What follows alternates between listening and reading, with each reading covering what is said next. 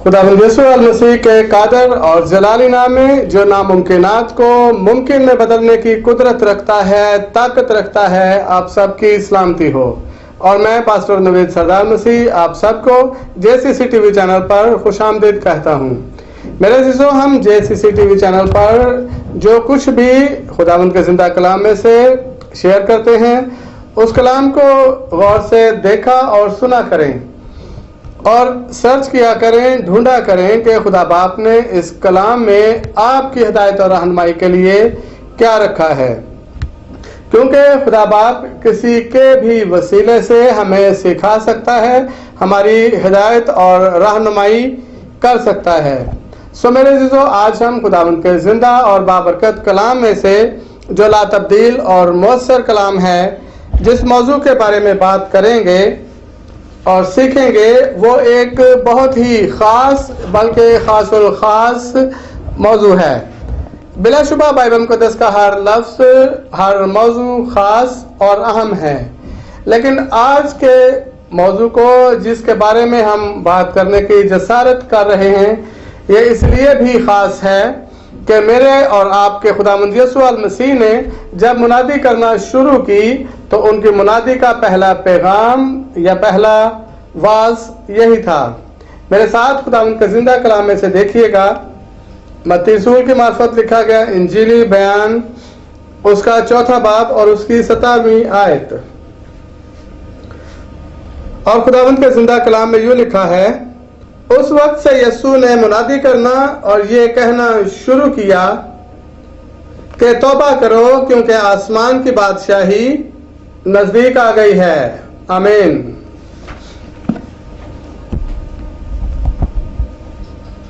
मेरे अजीजों, बहुत से मसीहियों के लिए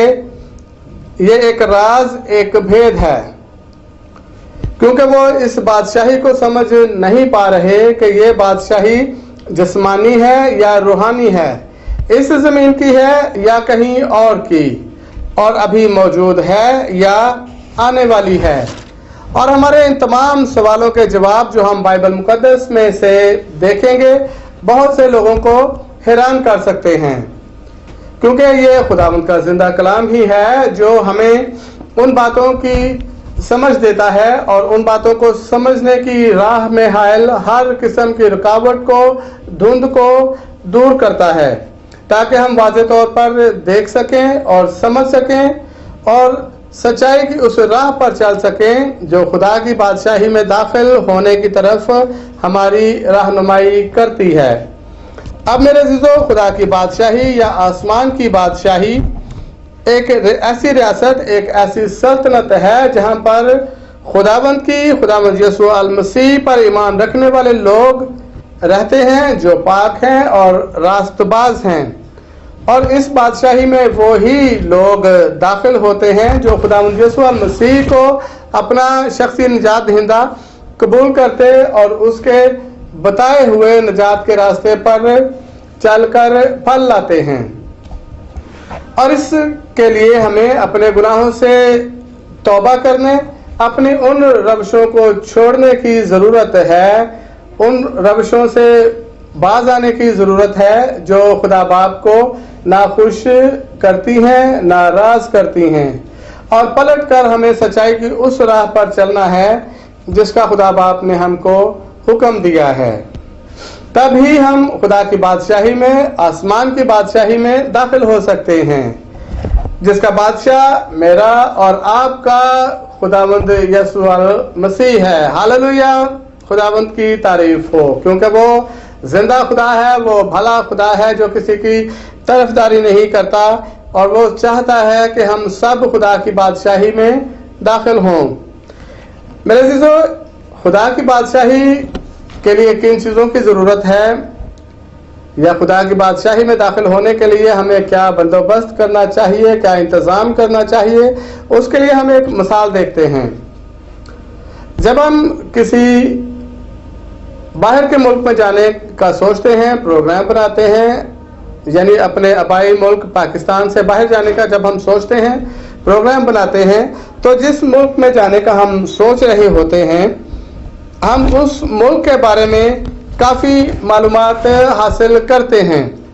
उस मुल्क की जुबान कौन सी है, उस मुल्क की करेंसी कौन सी है, उस मुल्क का दर्जा हरारत कितना है, वहाँ पे खाना कैसा होता है, और हम अपने साथ कितनी रकम लेकर जाएं या उस मुल्क में अपना एक बैंक अकाउंट खुलवाएं ताकि वहाँ पर हम यहाँ से कुछ रकम या उतनी रकम ट्रांसफ़र कर दें जो वहाँ पर हमारे रहने के लिए काफ़ी हो।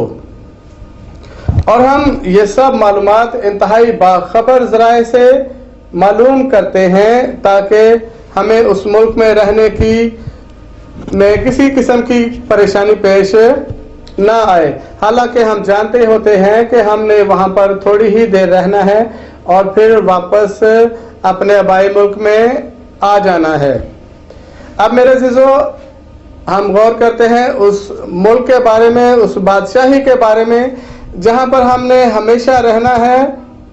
और जहाँ से हम वापस नहीं आ सकते। हमें हमेशा उस अब्दी बादशाही में, उस आसमान की बादशाही में ही रहना है। तो क्या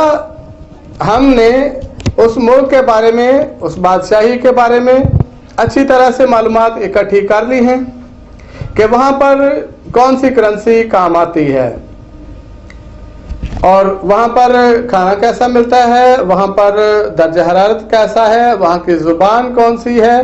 ताकि जब हम उस मुल्क में, उस बादशाही में रहें तो हमें कोई मुश्किल पेश ना आए, या हमारे पास इतनी रकम मौजूद है कि हम वहाँ पर रह सकें, या हमने उस मुल्क में, उस बादशाही में, उस आसमान की बादशाही में अपना बैंक अकाउंट खुलवाया है जिसमें हमने ज़िंदगी भर काफ़ी रकम या करेंसी जमा की है। मेरे अज़ीज़ों, ये वो मालूमात हैं जिनका हमें पता होना बहुत ज़रूरी है।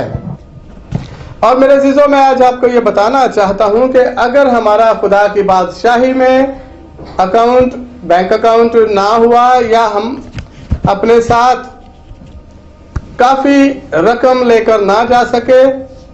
जब बल्कि ये ज़रूरी है कि हम जाने से पहले, वहाँ पर उस बादशाही में जाने से पहले उस मुल्क के बैंक में यहाँ से काफ़ी मिकदार में, बल्कि बहुत ज़्यादा मिकदार में करेंसी, पैसे जमा करवाएं ताकि हम जब वहाँ पर रहें तो हमें किसी किस्म की मुश्किल पेश ना आ सके। और मेरे अज़ीज़ों, क्या आप जानते हैं कि उस मुल्क की, उस बादशाही की करेंसी कौन सी है?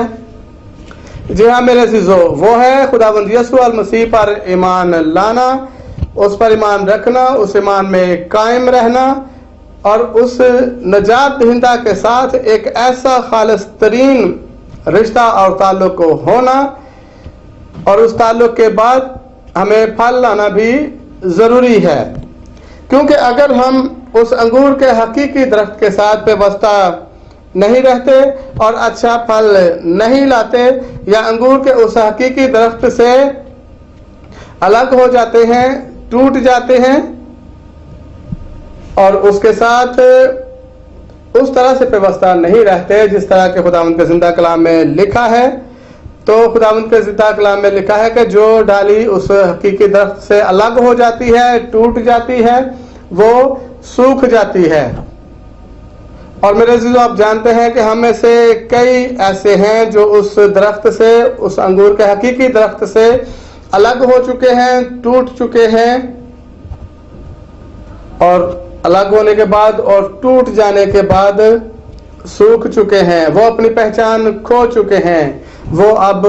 मसीही नहीं हैं, क्योंकि उन्होंने जो उनकी पहचान थी मसीही होना, उस पहचान को खो दिया है। और आप जानते हैं खुदावंद के जिंदा कलाम में लिखा है कि जो डाली उस अंगूर के हकीकी दरख्त से अलग हो जाती है, जुदा हो जाती है, वो सूख जाती है। और सूखी हुई डाली के साथ क्या होता है, ये हम खुदावंद के जिंदा कलाम में से ही देखते हैं। मेरे साथ देखिएगा, यूहन्ना रसूल के मार्फत लिखा गया इंजीली बयान, उसका 15वां बाब और उसकी 5वीं और 6ठी आयत। और यहाँ पर लिखा है, मैं अंगूर का दरख्त हूँ, तुम डालियाँ हो। جو مجھ میں قائم رہتا ہے اور میں اس میں، وہی بہت پھل لاتا ہے، کیونکہ مجھ سے جدا ہو کر تم کچھ نہیں کر سکتے۔ اگر کوئی مجھ میں قائم نہ رہے تو وہ ڈالی کی طرح پھینک دیا جاتا اور سوکھ جاتا ہے، اور لوگ انہیں جمع کر کے آگ میں جھونک دیتے ہیں اور وہ جل جاتی ہے۔ آمین۔ میرے عزیزو، یہ ہے اس سوکھی ہوئی ڈالی کا انجام جو خداوند یسوع مسیح سے الگ ہو جاتی ہے، جو انگور کے اس حقیقی درخت سے ٹوٹ جاتی ہے، اس کے ساتھ اپنا رشتہ ختم کر دیتی ہے، جو اپنے اس ایمان پر قائم نہیں رہتی جس کے وسیلے سے اسے نجات ملی تھی، اس کے گناہ مٹائے گئے تھے۔ سو میرے عزیزو، یہ بہت ضروری ہے کہ ہم توبہ کریں، خداوند یسوع مسیح پر ایمان لائیں اور اس ایمان میں قائم رہ کر خدا کی اس بادشاہی میں داخل ہو جائیں جس کا وعدہ خداوند یسوع مسیح نے اپنے اس کلام میں، زندہ کلام میں کیا ہے، جو ابدی ہے، جو ہمیشہ رہنے والی ہے اور جس کی انتہا نہ ہوگی۔ خداوند اس کلام کے وسیلے سے مجھے اور آپ سب کو بڑی برکت دے۔ آمین۔